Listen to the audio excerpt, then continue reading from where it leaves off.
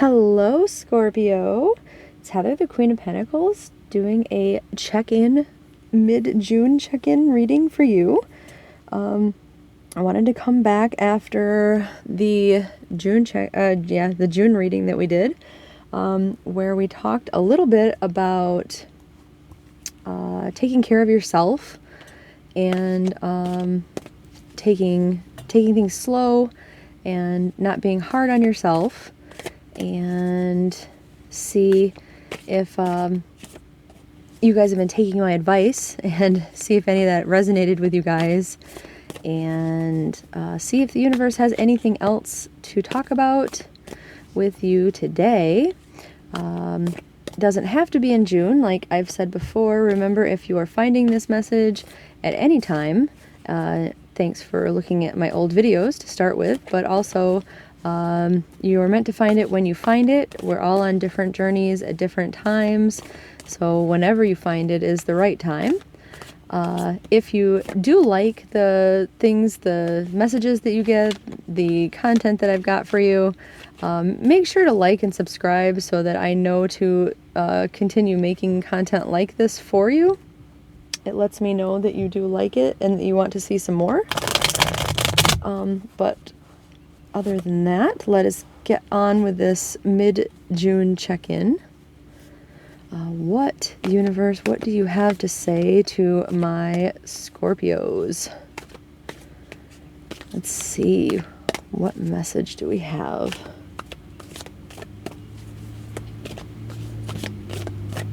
For Scorpios.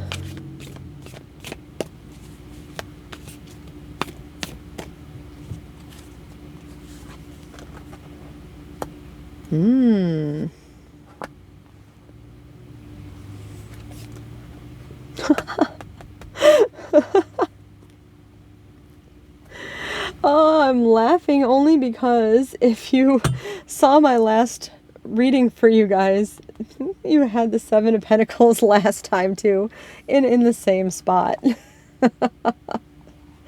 Lovely. All right, Scorpio.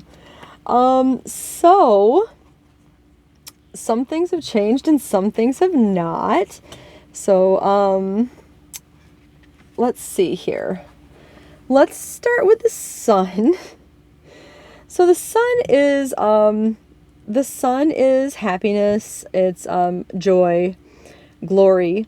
It's good fortune. It's living the good life. It's the warmth of life, literally the warmth of the sun.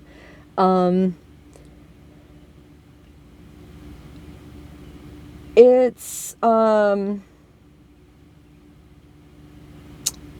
card about knowing who you are. Like, it's knowing who you are, where you want to go, what you want to do. It's like surety, if you want to say that. Having a clear vision, I guess, is a better way to say all of that.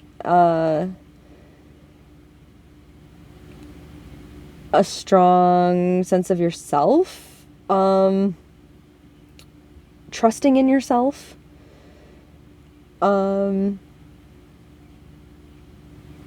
It's all the good things in life. So it's starting out real strong with the sun. It's just feeling good to be alive, right?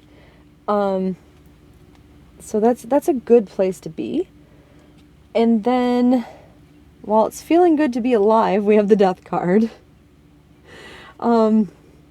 Death is, I mean, it can mean actual death, but like death is usually just an end to something or a loss of something, a transition into something else, or a rebirth. It's something natural. It doesn't have to be scary.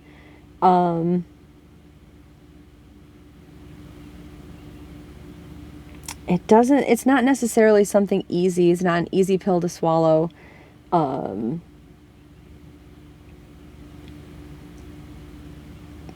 But there's always darkness before the light. It's the change in between. It's that transformation.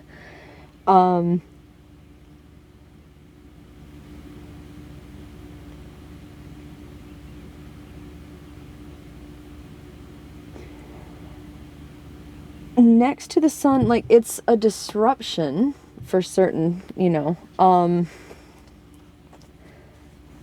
I don't know how else to put it, because the fire carries through, right? So it's not necessarily a bad thing, I guess, is maybe where I'm going with that.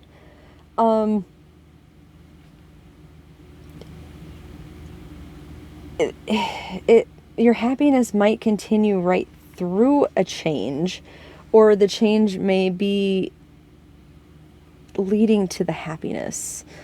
Let's read it with the Seven of Pentacles, which this, or sorry, not, yes, I'm sorry. I'm so sorry. The Seven of Pentacles. I don't know where I was going. I was almost said cups. With the Seven of Pentacles, it's assessment and evaluation. I had mentioned before, like the potions, she is assessing her, like, things may look great, but maybe her potions aren't meant to, like, she's studying them. Maybe this green is not meant to be the green that it is. It might be meant to be blue. And then if that's supposed to be blue, how did this turn out red, and why is it not purple? And if this is supposed to be purple, how is this orange? This shouldn't be orange. This should be red, or, you know, there's just different details could be messing things up. So it's reflection and remeasuring things, kind of studying them.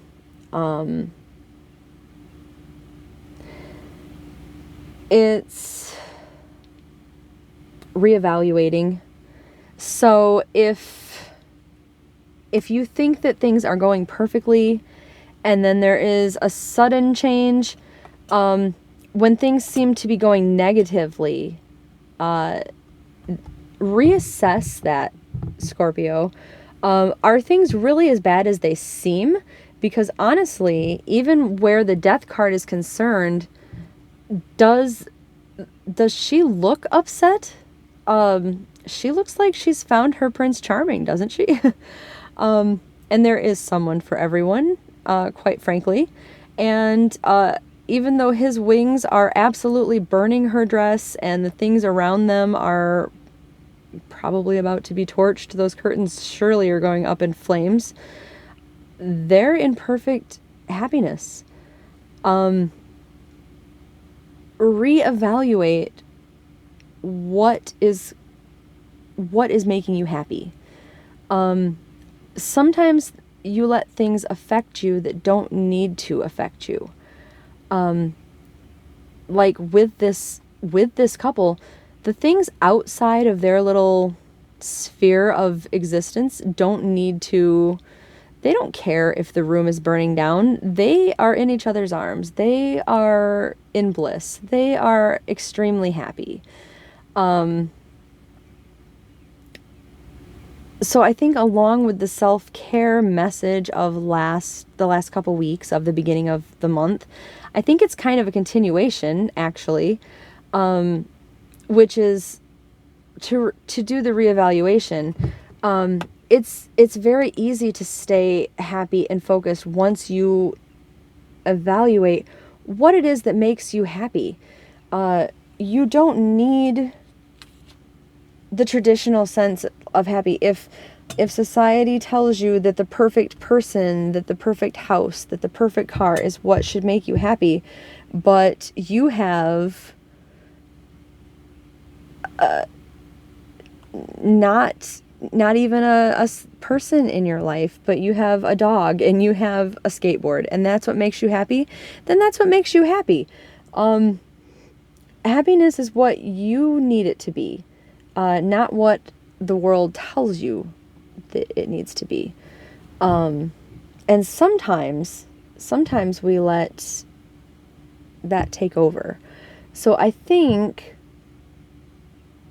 that part of your look out for yourself advice from the last few weeks is to make sure that you understand what it is that makes you happy and to go after that. I think that's why the reevaluation card is coming back up. It's to make sure you know the things that make you happy, not what makes other people happy, not what should make you happy, but what does make you happy. So Scorpio, what does make you happy? What makes your heart tick? What makes your world go around? Like he makes her world go around and she doesn't care about anything else. She likes riding on her horse and she doesn't care what anyone else thinks. But really think about that, Scorpio. Really think about what makes you happy and the things that you can control, because this person can control what drops of what potion go in here. They just need to evaluate how they're doing it and their method, basically. And I think that that's coming up again because some of you probably are needing to evaluate your life or your happiness, and know that it's okay that you don't have to base your happiness off of what people think is right. You need to do it for yourself. And we're going to pull an oracle card from the Witch's Wisdom Oracle deck to see if there's any further advice to tie in with that. Let's see, what other advice for my Scorpios do we have in June?